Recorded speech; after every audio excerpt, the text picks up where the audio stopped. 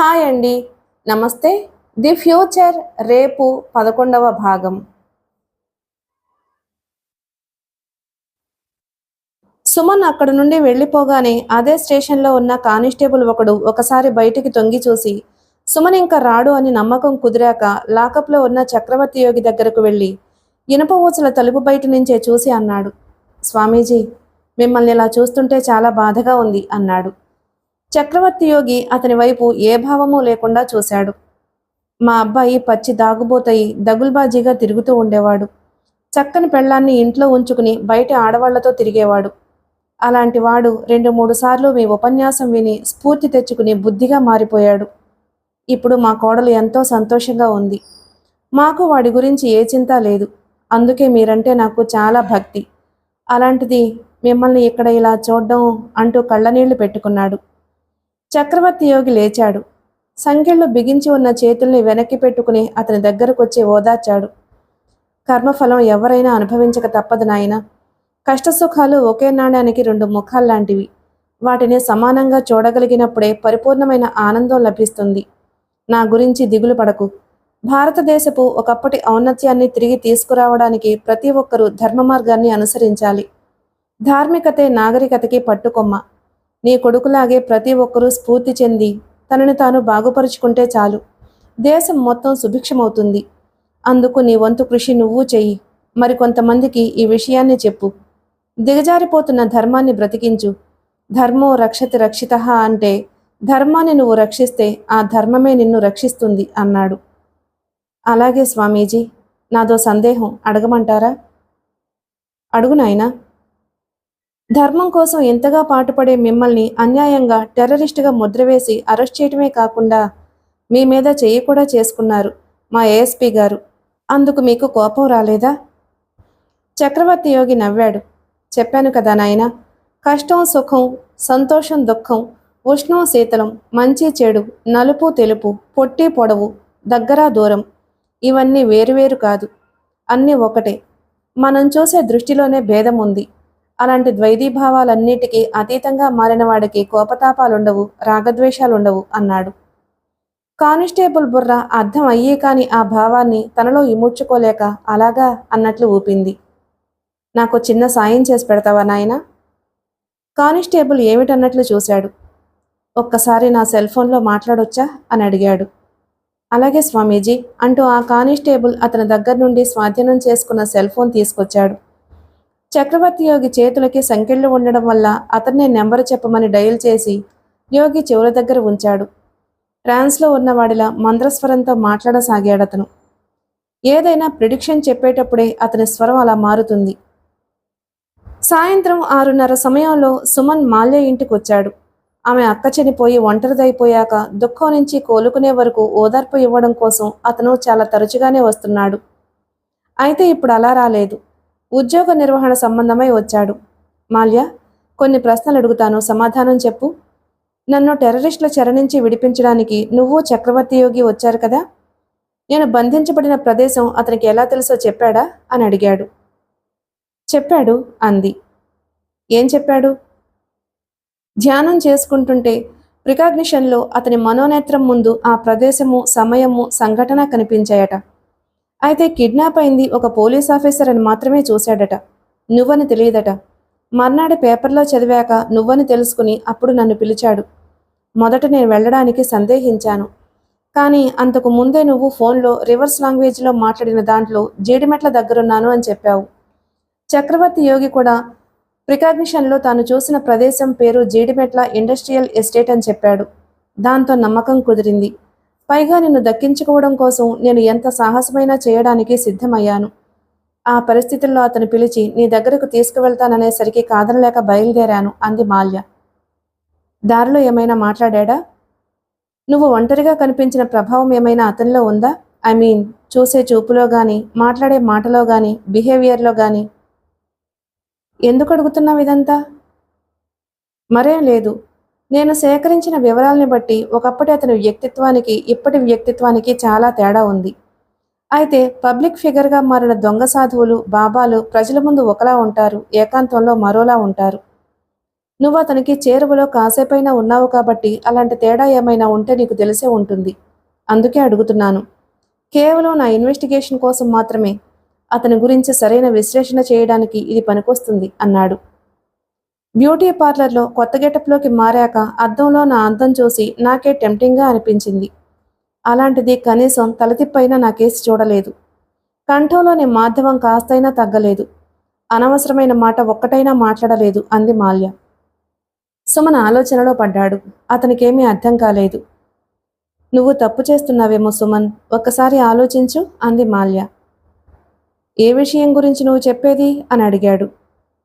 అదే చక్రవర్తి యోగిని లాకప్లో పెట్టడం గురించి అంది. తప్పో ఒప్పో తెలియదు. నేను నా డ్యూటీ చేస్తున్నాను. కొన్ని పరిస్థితుల్లో ముందు జాగ్రత్త చర్యగా మేము చాలామంది పాతరవుడిల్ని కేవలం అనుమానం మీదే అరెస్ట్ చేస్తూ ఉంటాము. ఇది అలాంటిదే అనుకో అన్నాడు. సరిగ్గా ఆ సమయంలోనే సెల్ ఫోన్ మోగింది. మాల్య ఎవరై ఉంటారా అని చూసింది. అదే మంద్రస్వరం, అదే గంభీరమైన గొంతు. చక్రవర్తి యోగి అలియాస్ ఆకాష్ది. మాల్య, చక్రవర్తి యోగిని మాట్లాడుతున్నాను. ఆగస్టు 15న అవాంఛనీయమైన సంఘటన జరగబోతుంది. అతిథిగా విచ్చేసిన విదేశీ ప్రముఖుడు అంతర్ధానమైపోతాడు. నింగిని ఎగిరే విమానం నేలకూలుతుంది. ఆకాశం సప్తవర్ణాలతో శోభిల్లే వేళ భాగ్యనగరపు నేల రక్తసిక్తమవుతుంది. ఇది నా మనోనేత్రంలో కనిపించిన దృశ్యం. మాల్య ముఖం తెల్లగా పాలిపోయింది. సుమన్ ముఖంలోకి చూసింది. సుమన్ ప్రశ్నార్థకంగా చూశాడామె వైపు. బలహీనమైన స్వరంతో చెప్పింది మాల్య తను ఫోన్లో విన్న విషయాన్ని. అది విని సుమన్ ముఖంలో కూడా భయాందోళనలు తొంగి చూశాయి. జరగబోయే అనర్థాన్ని తలుచుకుని విపరీతంగా చలించిపోయాడు. లాకప్లో ఉన్నవాడు ఫోన్ ఎలా మాట్లాడగలిగాడు అన్న విషయాన్ని కూడా గమనించినంతగా చలించిపోయాడు. ఆగస్టు 15. మొన్న లాకప్లో ఇంటరాగేషన్ చేస్తున్న సమయంలో అబ్దుల్ కరీం అనే టెర్రరిస్టు అదే డేట్ చెప్పాడు. ఇప్పుడు చక్రవర్తి యోగి కూడా అదే డేట్ చెబుతున్నాడు. ఆపరేషన్ బ్లాక్ యారో ముగిసే రోజే అది. దేశ పరువు ప్రతిష్టల్ని దెబ్బతీసే ఒక ముఖ్యమైన సంఘటనతో ఆ ఆపరేషన్ ముగుస్తుందని టెర్రరిస్టు చెప్పిన మాట గుర్తొచ్చింది అతనికి. ఆ సంఘటన ఇదేనా? ఇంతకీ ఆ విదేశీ ప్రముఖుడు ఎవరంటావు? మాల్య మాట ఇంకా పూర్తి కాకుండానే సుమన్ ఆగమన్నట్టు సంజ్ఞ చేశాడు. అతని దృష్టి టీవీలో వస్తున్న వార్తల మీద నిలిచి ఉంది. మాల్య కూడా అటువైపే చూసింది. ఆ వార్త విని ఇద్దరూ సంభ్రమాశ్చర్యాలతో ఒకరి మొహం ఒకరు చూసుకున్నారు. ప్రపంచ శాంతి సాధనలో భాగంగా మరో 2 రోజుల్లో ఇండియాని సందర్శించుచున్న అమెరికా ప్రధానమంత్రి విలియం లాంగ్స్టన్, ఒక అమెరికన్ వ్యాపారవేత్త భారతదేశపు వ్యాపారవేత్తలతో కలిసి పెద్ద ఎత్తున ప్రారంభించుచున్న కార్ల మ్యానుఫ్యాక్చరింగ్ ఫ్యాక్టరీ ప్రారంభోత్సవానికి ఆయన హైదరాబాద్కి కూడా వచ్చే అవకాశం ఉంది. అమెరికాకి కొత్తగా ఎన్నికైన ప్రధానమంత్రి విలియం లాంగ్స్టన్ గొప్ప శాంతి కాముకుడు. ప్రపంచ శాంతి కోసం అతను పడే ఆరాటం ప్రపంచానికి ఇప్పుడిప్పుడే తెలుస్తుంది. అంతర్జాతీయంగా ఇప్పుడు నెలకొని ఉన్న యుద్ధ వాతావరణం నేపథ్యంలో శాంతి ఆవశ్యకమని అతనొక్కడే బాగా గుర్తించాడు. ఇప్పుడు ఏ బడుగు రాజ్యాల మధ్య చిన్న తగాదా తలెత్తినా అది క్రమంగా అన్ని దేశాలకు వ్యాపించి 3వ ప్రపంచ యుద్ధంగా మారుతుంది. అదే గనక జరిగితే ప్రపంచ జనాభాలో సగానికి పైగా అంతరించిపోతుంది. అంతేకాదు, యుగాల తరబడి పెంపొందించుకుంటూ వస్తున్న శాస్త్ర విజ్ఞానం, నాగరికత అన్ని క్షణాల్లో మంటగలిసిపోతాయి. అందుకే అతను పదవిలోకి వచ్చిన మరుక్షణమే ప్రపంచ శాంతికి కంకణం కట్టుకున్నాడు. మాల్యాకి ఇదివరకు చదివిన ఒక విషయం గుర్తుకొచ్చింది. నోస్ట్రడామస్ చెప్పిన జోస్యాల్లో అత్యంత ముఖ్యమైనది, ఇంకా జరగనిది ఒకటుంది. 2 దేశాల మధ్య తలెత్తిన వివాదం క్రమంగా అన్ని దేశాలకి పాకి 3వ ప్రపంచ యుద్ధంగా మారుతుంది. ప్రపంచంలో సగభాగం శ్మశానంగా మారుతుంది. బహుశా అందుకేనేమో అగ్రరాజ్య ప్రధానమంత్రి స్వయంగా దేశాల నాయకుల మద్దతును కూడగట్టుకునే పని మీద తిరుగుతూ ఇప్పుడు ఢిల్లీ వస్తున్నాడు. ఎలాగో వస్తున్నాడు కాబట్టి కార్ల మ్యానుఫ్యాక్చరింగ్ ఫ్యాక్టరీకి రిబ్బన్ కటింగ్ కూడా అతని చేతనే చేయించాలన్న ఆ కంపెనీ కోరికను అతను ఆమోదించాడు. ఒకవేళ అతన్ని అంతమొందించాలి అనుకోవడం లేదు కదా ఈ టెర్రరిస్టులు. అదే నిజమైతే ఒక విదేశీ ప్రముఖుణ్ణి అంతమొందించాలని ఎందుకు చూస్తున్నారు? ఇండియా మీదున్న కోపం అతని మీద ఎందుకు చూపించటం? సుమన్ తీవ్రంగా ఆలోచించాడు. అందులోని లాజిక్ ఏమిటో అతనికి వెంటనే అర్థం కాలేదు. అతనికి మొన్నొక రోజు లాకప్లో టెర్రరిస్టు తన పెదాల మీద చారికగా కారుతున్న రక్తాన్ని తుడుచుకుంటూ చెప్పిన మాటలే చెవుల్లో ఇంకా మారుమోగుతున్నాయి. కాశ్మీర్ నుంచి కన్యాకుమారి వరకు ప్రజల్ని టెర్రరైజ్ చేయటం, మీ దేశాన్ని బలహీనం చేసి నిర్వీర్యం చేయడం, చివరగా ఒక ముఖ్యమైన సంఘటనతో మీ దేశ పరువు ప్రతిష్టల్ని భద్రతని చిన్నాభిన్నం చేయటం. తరువాత కన్యాకుమారిని మీకు వదిలేసి కాశ్మీర్ని మేము స్వాధీనం చేసుకోవడం. ఇది మా లక్ష్యం. నీలాంటి వాళ్ళు 1,00,000 మంది పూనుకున్నా దీన్ని ఆపలేరు. మాది పవిత్ర యుద్ధం, జిహాద్. రేపు ఆగస్టు 15న ఆపరేషన్ బ్లాక్ యారోతో అది ముగుస్తుంది. ఆ తరువాత ఇక కాశ్మీర్ మాదే. సుమన్ మనసు రివైండ్ చేసినట్లుగా వెనక్కి వెళ్ళింది. చివరిగా ఒక ముఖ్యమైన సంఘటనతో మీ దేశ పరువు ప్రతిష్టల్ని భద్రతను చిన్నాభిన్నం చేసి పరువు ప్రతిష్టల్ని భద్రతని చిన్నాభిన్నం చేసి పరువు ప్రతిష్టల్ని భద్రతని ఆ పదం దగ్గర సుమన్ ఆగిపోయాడు. దేశ భద్రతను ఎలా దెబ్బతీయాలనుకుంటున్నారు? మెదడుకి పదును పెట్టి బాగా ఆలోచించాడు. క్రమంగా సుమన్కి తేటతెల్లమైంది. నో, అలా జరగడానికి వీల్లేదు. ఆందోళనగా పైకే అన్నాడు. మాల్య విస్తుపోయి చూసింది అతని వంక. మాల్య, పైకి సామాన్యంగా కనిపిస్తున్న ఇది చాలా పెద్ద ప్రమాదం. దీన్ని మనం ఎలాగైనా నివారించాలి. శాంతి కోసం ఉవ్విళ్ళూరే ఆ మహానుభావుణ్ణి ఇక్కడ హతమార్చడం ద్వారా అమెరికాకి మన దేశానికి మధ్య చిచ్చు రగులుకునేలా ప్లాన్ చేశారు వీళ్ళు. అమెరికా మండిపడి తన సపోర్ట్ని మన దేశానికి ఉపసంహరించుకోవడమే కాకుండా తానే మన మీద దండెత్తడానికి బలమైన కారణం దొరుకుతుంది. ఇప్పటికే అగ్రరాజ్యంగా ఎదుగుతున్న భారత్కి స్పీడ్ బ్రేక్ వేయడానికి దానికి మంచి సాకు దొరుకుతుంది. వాణిజ్యపరంగా, సాంకేతిక పరంగా మన మీద ఆంక్షల వర్షం కురిపించొచ్చు. దాంతో బలహీనపడిన ఇండియా మీద పాకిస్తాన్ అదును చూసి యుద్ధం ప్రకటిస్తుంది. కాశ్మీర్ని ఆక్రమించుకోవడం కోసం అది చేసే కుటిల ప్రయత్నాలు మరోసారి పురివిప్పుకుంటాయి. అదే గనక జరిగితే మన దేశం కనీసం 25 ఏళ్లు వెనక్కి వెళ్ళిపోతుంది. బడుగు దేశాల లెక్కల్లోకి వచ్చేస్తుంది. మై గాడ్, అంది మాల్య కనుబొమ్మలు ఎగరేస్తూ. నా శక్తి సామర్థ్యాలన్నీ ఏమైపోయాయో అర్థం కావడం లేదు. జరగబోయే ప్రమాదాలన్నీ ముందుగానే తెలుస్తున్నా ఏమీ చేయలేని నిస్సహాయనవుతున్నాను. చేసే ప్రయత్నాలన్నీ ఏదో విధంగా బెడిసికొట్టి జరగాల్సిన అనర్థాలు జరిగిపోతున్నాయి. మాల్య, ఏది ఏమైనా సరే ఈసారి అలా జరగడానికి వీల్లేదు. ఈ ఆపరేషన్ బ్లాక్ యారోని ఎలాగైనా ఛేదించాలి. దానికి ఏమైనా మార్గం ఉంటే చెప్పవా ప్లీజ్ అని అడిగాడు. మాల్య జాలిగా చూసింది అతని వైపు. అతను ఒక ఐపీఎస్ ఆఫీసర్లా కాకుండా చిన్న పిల్లాడిలా కనిపించాడు ఆ క్షణంలో. నదిలో కొట్టుకుపోయే స్థితిలో ఎదురుగా వచ్చిన గడ్డిపోచను కూడా ఆసరాగా చేసుకోవాలి అనుకుంటాడు. ఇప్పుడు సుమన్ మనస్థితి కూడా అలాగే ఉంది. మాల్య, ఎందుకైనా మంచిది, ఈ వార్తను పేపర్లో పబ్లిష్ చేయకు. అలా చేస్తే చాలా సమస్యలు వస్తాయి అన్నాడు. మాల్య అలాగే అని తల ఊపింది.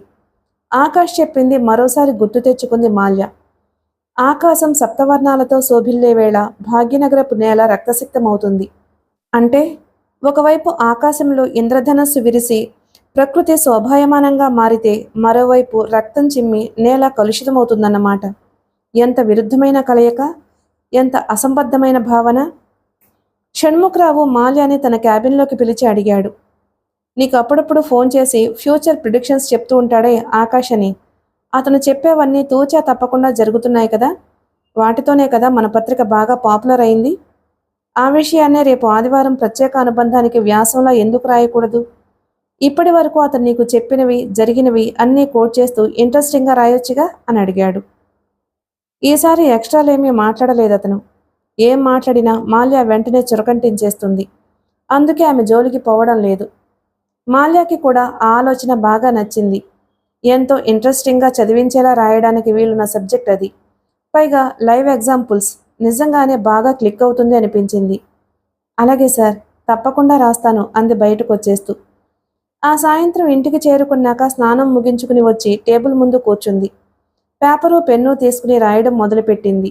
డైరీ దగ్గర పెట్టుకుని జరిగినవన్నీ గుర్తు తెచ్చుకుంటూ ఆసక్తికరంగా రాయసాగింది. ఆకాష్ ఎవరో తనకు తెలిసిపోయిన విషయం మాత్రం కావాలనే దాచిపెట్టాలనుకుంది. అది బయట పెట్టేస్తే చదివే వాళ్లల్లో కుతూహలం ఉండదు. పైగా అలా బయట పెట్టడం చక్రవర్తి యోగికి ఇష్టం ఉండకపోవచ్చు. ఆమె ఏకాగ్రతను చెదరగొడుతూ పక్కనే ఉన్న ఫోన్ మోగింది. హలో అంది తీసి. నేనమ్మా చక్రవర్తి యోగిని. మాల్య ఉద్విగ్నంగా అంది. స్వామీజీ, మీరింకా? అవును, ఇంకా లాకప్లోనే ఉన్నాను. అక్కడి నుంచే మాట్లాడుతున్నాను. రేపు సాయంత్రం జరగబోయే మరో సంఘటనను ప్రికాగ్నిషన్తో చెబుతున్నాను విను అంటూ చెప్పాడు. మాల్య అతను చెప్పిందంతా జాగ్రత్తగా విని తరువాత గుర్తు తెచ్చుకుంటూ ఒక కాగితం మీద రాసుకుంది. ఎప్పటిలాగే మరో బాంబు బ్లాస్ట్ సంఘటన గురించిన ప్రిడిక్షన్ అది. 2-3 సార్లు చదువుకుంది దాన్ని. అలా చదువుతుంటే ఆమెకు ఆలోచన వచ్చింది. ఇప్పుడు రాస్తున్న ఆర్టికల్కి బలం చేకూరుస్తూ దాంట్లోనే ఈ వార్తను కూడా ఉదాహరణలాగా మధ్యలో ఇరికిస్తే మర్నాడు రాబోయే వార్తని ముందు రోజే వ్యాసంతో పాటు చదువుతారు. మర్నాడు పేపర్లో ఆ వార్త వస్తుంది. ఎప్పుడో ప్రచురించబడ్డ వార్తల కన్నా రేపు ప్రచురించబోయే వార్తను ఈ రోజే ఉదాహరణగా వేస్తే ఇంకా అమోఘంగా ఉంటుందనిపించింది. పత్రిక పాపులారిటీ ఆకాశానికి చేరుకుంటుంది. ఆ ఆలోచన ఎంత థ్రిల్లింగ్గా అనిపించింది ఆమెకు. ఈ విషయాన్ని సుమన్కి చెప్పాలని అతని సెల్కి ఫోన్ చేసింది. కానీ ఎంత ప్రయత్నించినా నాట్ రీచబుల్ మెసేజ్ వినిపిస్తోంది. మరికొన్నిసార్లు ప్రయత్నించి వదిలేసింది. వ్యాసం రాయడం పూర్తయ్యాక వంట చేసుకోవడానికి లేచి వంటింట్లోకి వెళ్ళింది. సుమన్ అన్యమనస్కంగా కారు నడుపుతున్నాడు. ఏదో పని మీద వేరే ఊరు వెళ్ళొస్తున్నాడు. రోడ్డు పాములా మెలికలు తిరుగుతూ చూడముచ్చటగా ఉంది. కారు దాని మీద సాఫీగా సాగిపోతుంది. రివ్వున వీచే గాలికి అతని తలముంగురులు నుదుటి మీదకి పడుతున్నాయి. కానీ అతని మనసు మాత్రం అంత సాఫీగా లేదు. లోపల మదనపడుతూనే ఉన్నాడు. వెస్ట్ బెంగాల్లో పనిచేసేటప్పుడు ఎంతో సాహసంతో దేశ చరిత్రలోనే గొప్ప సంచలనం సృష్టించిన పురూలియా ఆర్మ్స్ డ్రాపింగ్ కేసును బయటపెట్టి హోమ్ మినిస్టర్ నుండి ప్రశంసా పత్రాన్ని అందుకున్నాడు. అలాంటిది ఇప్పుడు ముందుగా హింట్ తెలిసినా వీటిని ఛేదించలేకపోతున్నాడు.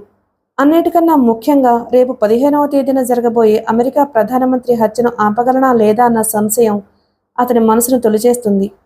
ఎందుకంటే ఇదివరకటి ఆత్మవిశ్వాసం ఇప్పుడు అతనిలో లేదు. ఇంతవరకు చవిచూసిన ఓటమి అతని మానసిక స్థైర్యాన్ని దెబ్బతీసింది. కనీసం ఒక్కసారైనా తన విజయం సాధించగలిగితే, చక్రవర్తి యోగి చెప్పిన ప్రిడిక్షన్ని ఏ ఒక్క సందర్భంలో అయినా తప్పు అని నిరూపించగలిగితే బావుండని అతను బలంగా కోరుకుంటున్నాడు. డ్రైవింగ్ చేస్తూనే యథాలాపంగా తలతిప్పి చూసిన అతనికి దూరంగా ఒక కొండ దిగువన ఆగి ఉన్న స్కూల్ బస్ కనిపించింది. అందులో యూనిఫామ్లో ఉన్న స్కూల్ పిల్లలు కనిపించారు. ఊరి బయట, పైగా ఆదివారం పూట స్కూల్ బస్ ఏమిటా అని ఆశ్చర్యంగా చూస్తే బస్సు బయట ఇద్దరు మనుషులు మెషిన్ గన్లు పట్టుకుని ఉండడం కనిపించింది. ఆ దృశ్యం చూడగానే అతని మనసు ఏదో కీడును శంకించింది. అప్రయత్నంగా కాలు బ్రేకు మీద పడి కారు ఒక కుదుపుతో ఆగింది. అతనిలోని పోలీసు హఠాత్తుగా మేల్కొని ఆశ్చర్యంతో చూశాడు. రెండోసారి చూసినప్పుడు వాళ్ళకి కొంత దూరంలో చుట్టూ మూగి ఉన్న వందల కొద్దీ జనం కూడా కనిపించారు. ఇద్దరు ముగ్గురు కెమెరామెన్లు కూడా ఉన్నట్లున్నారు. అప్పుడు గాని అతని మనసు స్థిమితపడలేదు. ఏదో సినిమా షూటింగ్ అయి ఉంటుందిరే అని కారును ముందుకు పోనిచ్చాడు. ఊళ్ళోకి ప్రవేశించగానే కారు రోడ్డు పక్కన ఆపి మాల్యకు ఫోన్ చేశాడు. హాయ్ సుమన్, ఏమైపోయావు? నిన్న సాయంత్రం నుంచి ఎంత ప్రయత్నిస్తున్నానో నీకోసం. నాట్ రీచబుల్ అని వస్తుంది నీ సెల్ అంది. వేరే పని మీద వెళ్ళానులే అన్నాడు. చెప్పు, ఎందుకు ఫోన్ చేశావు? బిఎంకేకేకి అయితే ఇప్పట్లో ఛాన్స్ లేదు. ఇచ్చిన అవకాశాలన్నీ వృధా అయి అగ్రిమెంట్ లాప్స్ అయిపోయింది. అది తప్ప ఇంకేదైనా అడుగు అంది నవ్వుతూ. Mallya, I'm very much tired. I want some relief. వీలైతే ఏదైనా పార్కుకి కానీ మూవీకి కానీ రాగలవా అని అడిగాడు. అతని కంఠంలోని సీరియస్నెస్ని ఆమె అర్థం చేసుకోగలిగింది. అహర్నిశలు శ్రమించి విజయం కోసం అరులు చాచేవాడికి వరుసగా అన్ని అపజయాలు ఎదురైతే కలిగేలాంటి మానసిక అలసట అది. ఆమెకు తెలుసు. అందుకే ఓ ష్యూర్ అంది. అయితే నేను ఇంటికి వెళ్ళి రిఫ్రెష్ అయ్యి వస్తాను. నువ్వు మీ ఇంటి దగ్గరే రెడీ అయి ఉండు అంటూ కారు ఇంజన్ స్టార్ట్ చేయబోయాడు. ఏదో గుర్తొచ్చిన వాడిలా ఆగి అన్నట్టు, నిన్న సాయంత్రం నుంచి నా గురించి ట్రై చేస్తున్నాను అన్నావు కదా, దేనికి అని అడిగాడు. ఒక వింత ప్రయోగాన్ని చేశాను, అది నీతో చెబుదామని. వింత ప్రయోగమా? ఏమిటది? నిన్న సాయంత్రం చక్రవర్తి యోగి మళ్ళీ ఫోన్ చేశాడు. ఇంకో ప్రిడిక్షన్ చెప్పాడు. ఈరోజు సాయంత్రం 4:30కి బాంబు బ్లాస్ట్ వల్ల స్కూల్ పిల్లల బస్సు దగ్ధమవుతుందట. 40 మంది బాలబాలికల దుర్మరణం. మాల్యా చెప్పడం ఇంకా పూర్తి కాలేదు. ఫోన్ టక్కన కట్ చేశాడు. వెంటనే కారును వెనక్కి తిప్పాడు. మాల్యా చెప్పేది పూర్తిగా వినే స్థితిలో ఇప్పుడు అతను లేడు. ఒక క్షణం కూడా వృధా చేయడం అతనికి ఇష్టం లేదు. విషయం స్పష్టంగా తెలిసి అది ఎక్కడ జరుగుతుందో ఖచ్చితంగా తెలిసి కూడా దాన్ని నివారించలేకపోతే అంతకన్నా చేతకానితనం మరొకటి ఉండదు. అందుకే మధ్యలోనే కట్ చేసి సుడిగాలి కన్నా వేగంగా కారుని పోనిస్తున్నాడు. అతని దృష్టి అంతా అక్కడ జరుగుతున్న షూటింగ్ మీదే ఉంది. అందులో నటిస్తున్న బాలబాలికల మీదే ఉంది. దాని చుట్టూ మూగి చూస్తున్న జనం మీదే ఉంది.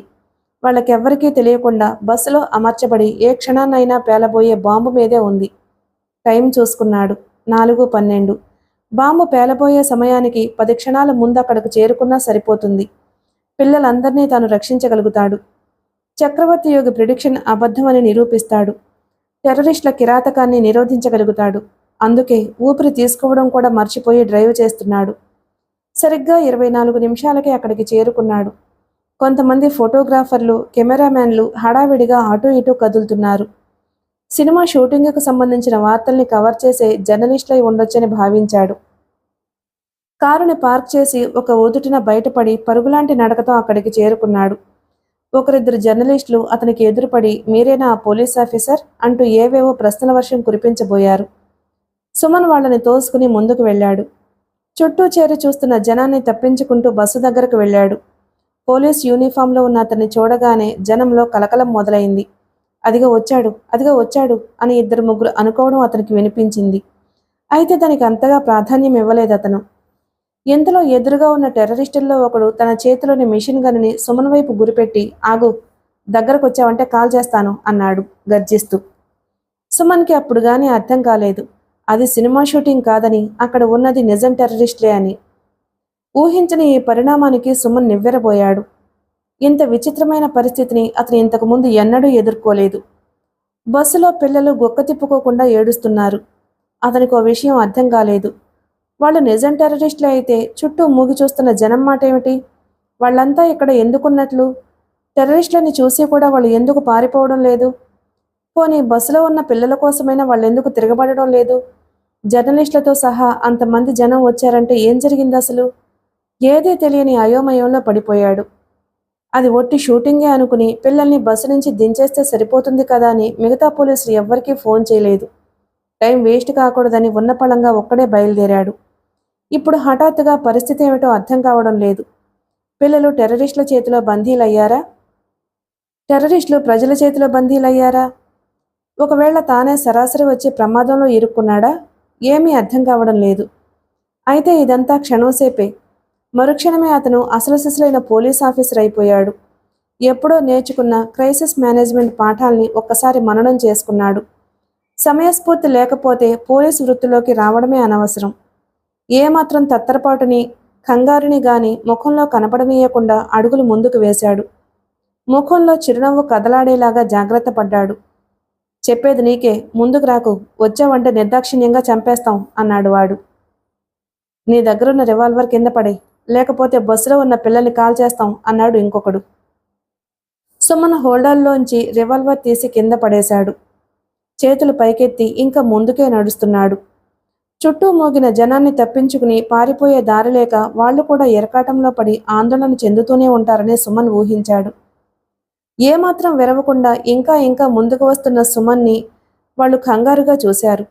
వెంటనే బస్సు లోపలికి వెళ్లి తమ చేతుల్లోని మిషన్ గన్లను పిల్లల వైపు గురిపెట్టి, రాకు, వచ్చావంటే మేము ఏం చేస్తామో మాకే తెలీదు.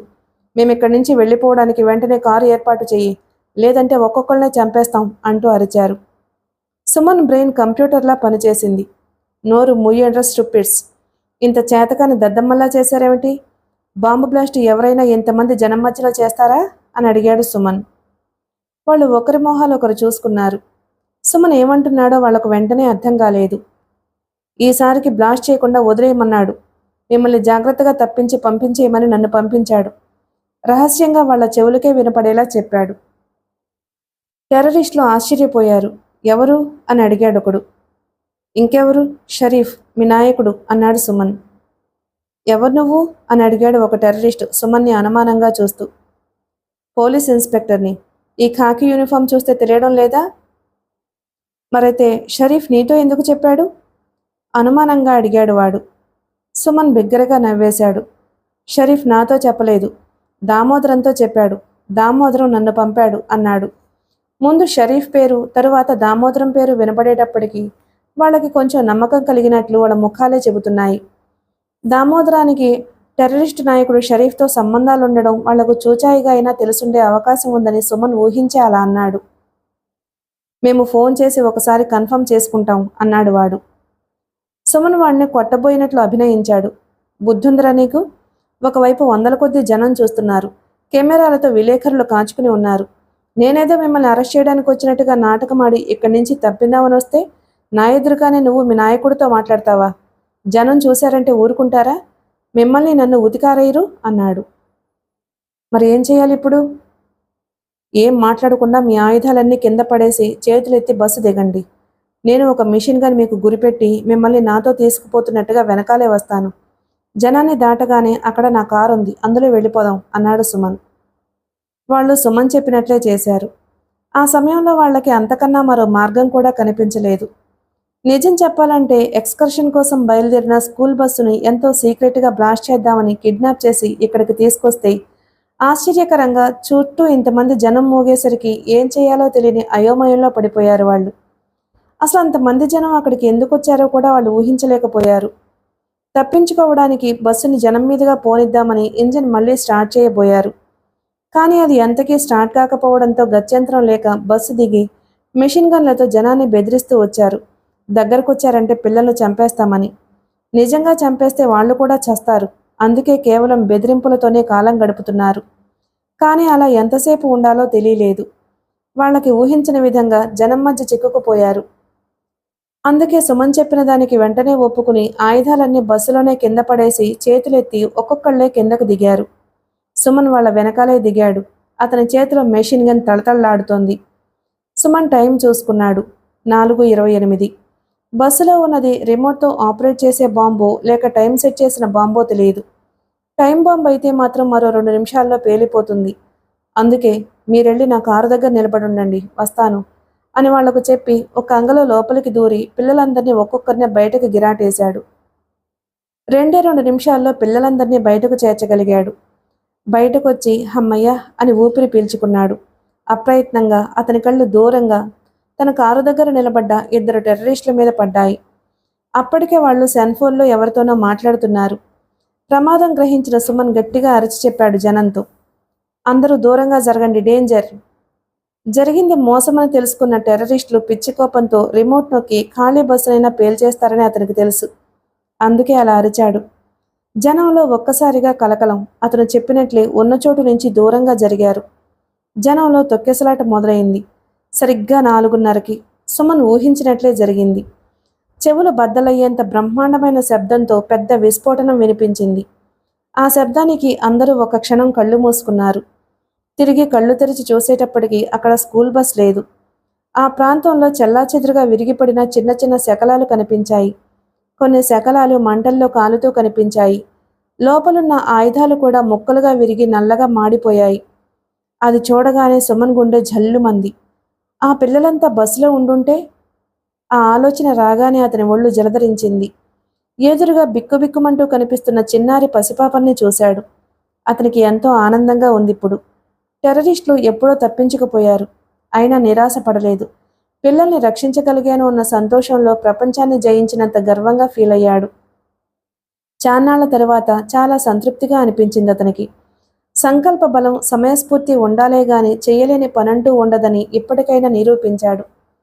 చక్రవర్తి యోగి జరుగుతుందని ముందుగా చెప్పిన దాన్ని ఇన్నాళ్లకి తాను జరగకుండా చేయగలిగాడు. టెర్రరిస్టుల కన్నా తనదే పైచేయి అని ప్రాక్టికల్గా చూపించాడు. ఈ దెబ్బతో ప్రికాగ్నిషన్ అనే మాటకు అర్థం లేదని, అది కేవలం మూఢనమ్మకమే అని మాల్యాకు నిరూపించొచ్చు. పిల్లల్ని సురక్షితంగా సిటీలోకి చేర్చే ఏర్పాట్లు చేసేశాడు. జనమంతా నెమ్మది నెమ్మదిగా అక్కడ నుంచి మాయమైపోయారు.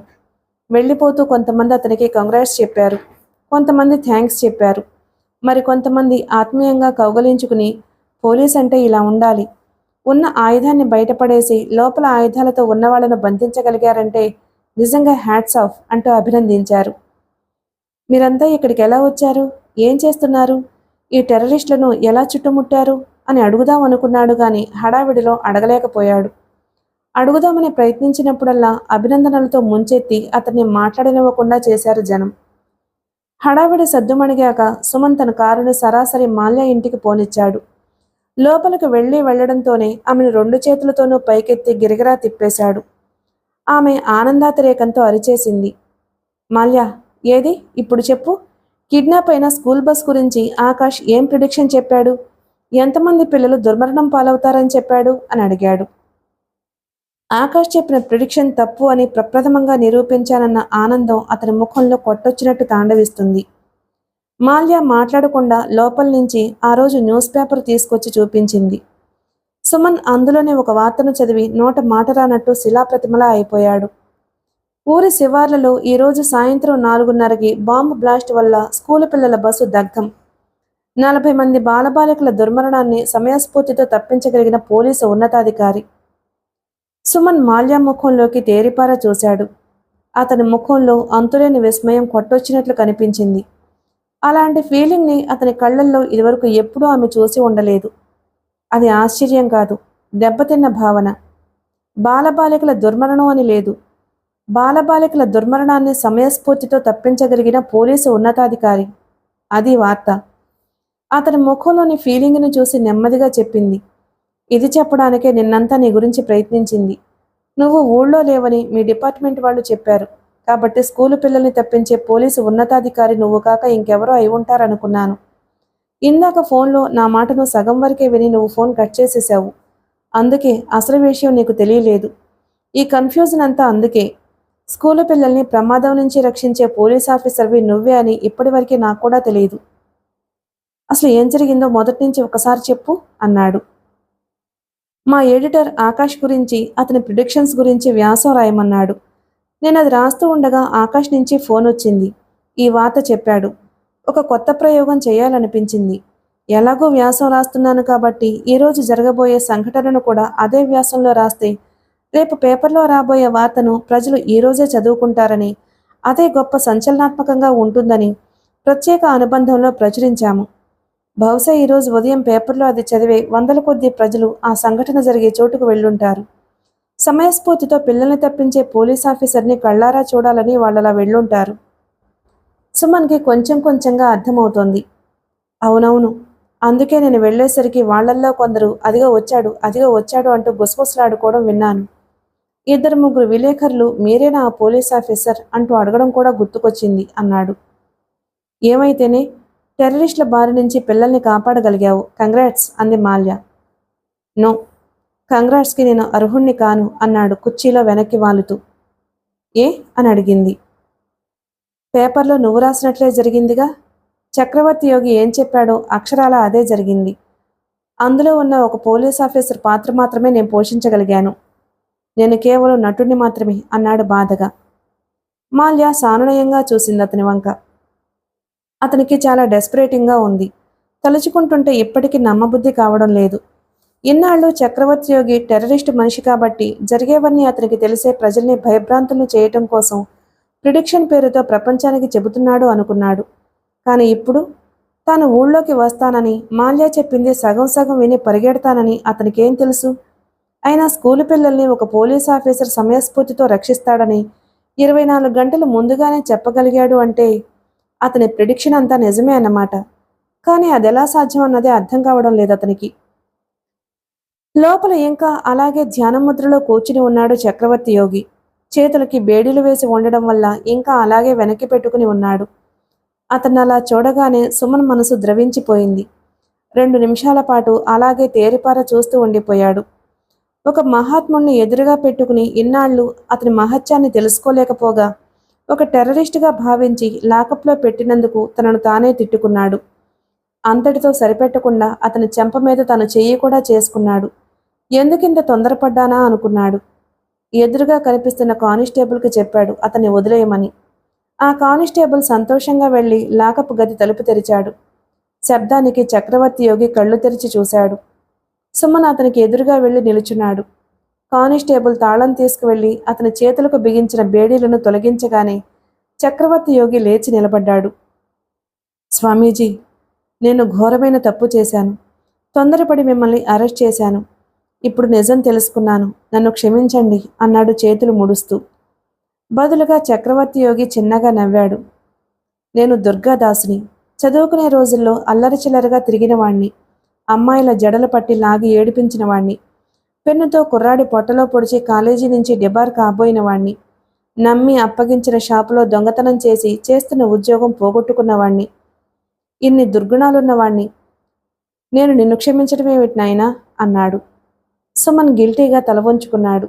సారీ, మా నరసింహారావు తెచ్చిన సమాచారం విని. అతను తెచ్చిన సమాచారం కరెక్టే అన్నాడు చక్రవర్తి యోగి. సుమన్కి ఏం మాట్లాడాలో తోచలేదు. నేను ప్రశ్న అడుగుతాను, సమాధానం చెబుతావా నాయనా? సుమన్ ప్రశ్నార్థకంగా చూశాడు యోగి వైపు. ఒకప్పుడు రౌడీగా తిరిగినవాడు ఎప్పటికీ రౌడీగానే ఉండిపోవాలా? ఎప్పటికీ అతనిలో పరివర్తన రాకూడదా? సుమన్ ఉలిక్కిపడ్డాడు ఆ ప్రశ్నకు.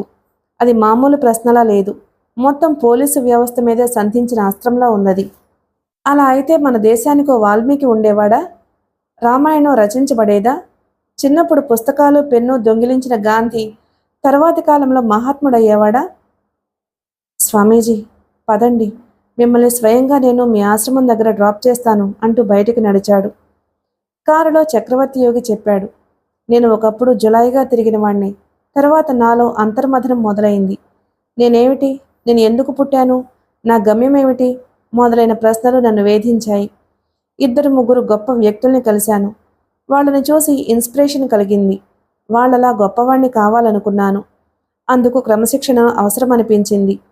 ఓ పట్టాన అది అలవడలేదు. శరీరం మాట వినాలంటే మనసు బలమైందై ఉండాలన్న విషయాన్ని గ్రహించాను. అందుకని యోగా సాధన తోడ్పడుతుందని ఎవరో చెప్పారు. మనసు నిలకడగా ఉండడంతో చదువు బాగా అబ్బింది. పోస్ట్ గ్రాడ్యుయేషన్ పూర్తి చేశాక కంప్యూటర్ విజ్ఞానాన్ని వంట పట్టించుకున్నాను. సాఫ్ట్వేర్ ప్రోగ్రామింగ్ కూడా చేయగల స్థాయికొచ్చాను. బొటనవేలంత ఉండే చిప్లో బ్రహ్మాండవంత విజ్ఞానం నిక్షిప్తం చేయబడి ఉండడం నాకు ఆశ్చర్యాన్ని కలగజేసింది. ఓ 20 ఏళ్ల కిందట ఆ చిప్ని మనం చూస్తే అందులో అంతులేనంత విజ్ఞానం దాక్కుని ఉందంటే మనం నమ్మకపోదుము. ఇప్పుడు నమ్ముతున్నాం. అలా మన కంటికి కనిపించని, శాస్త్రానికి అందని విజ్ఞానం ప్రపంచంలో ఇంకెంత ఉందో అన్న ఆలోచన వచ్చింది. ఆ ఆలోచనే నన్ను వేదాధ్యయనం వైపు తీసుకువెళ్ళింది. తరచి చూడగా వేదాలు అంతులేని జ్ఞాన సంపదగా అర్థమైంది. ఒకప్పుడు ఉజ్వలంగా వెలిగిన భారతీయ సంస్కృతికి, నాగరికతకు ఇవే ఆధారమన్న సంగతి కూడా అర్థం చేసుకున్నాను. వాటి గొప్పతనాన్ని తిరిగి వెలుగులోకి తేవాలనుకున్నాను. అయితే నోటితో వాటి గొప్పతనాన్ని ఎంత చెప్పినా ప్రజలు వినరు. అందుకే దివ్యశక్తుల్ని ప్రయోగాత్మకంగా సాధించి వాటి గొప్పతనాన్ని నిరూపించాలనుకున్నాను. ఆ ప్రయత్నంలోనే భవిష్యత్తును చూడగల శక్తి నాకు అనుకోకుండా అలవడింది. మీలాంటి వాళ్ల వల్ల దేశం సుభిక్షమవుతుంది, లోకంలో ధర్మం నెలకొల్పబడుతుంది అన్నాడు సుమన్ స్టీరింగ్ తిప్పుతూ. కారు ఆశ్రమాన్ని సమీపించగానే ఆగింది. చక్రవర్తి యోగి దిగి వెళ్ళిపోయాడు. సుమన్ కారును వెనక్కి తిప్పేశాడు. మిగిలిన కథ తరువాయి భాగంలో విందాం. Please like and subscribe my channel. Thank you.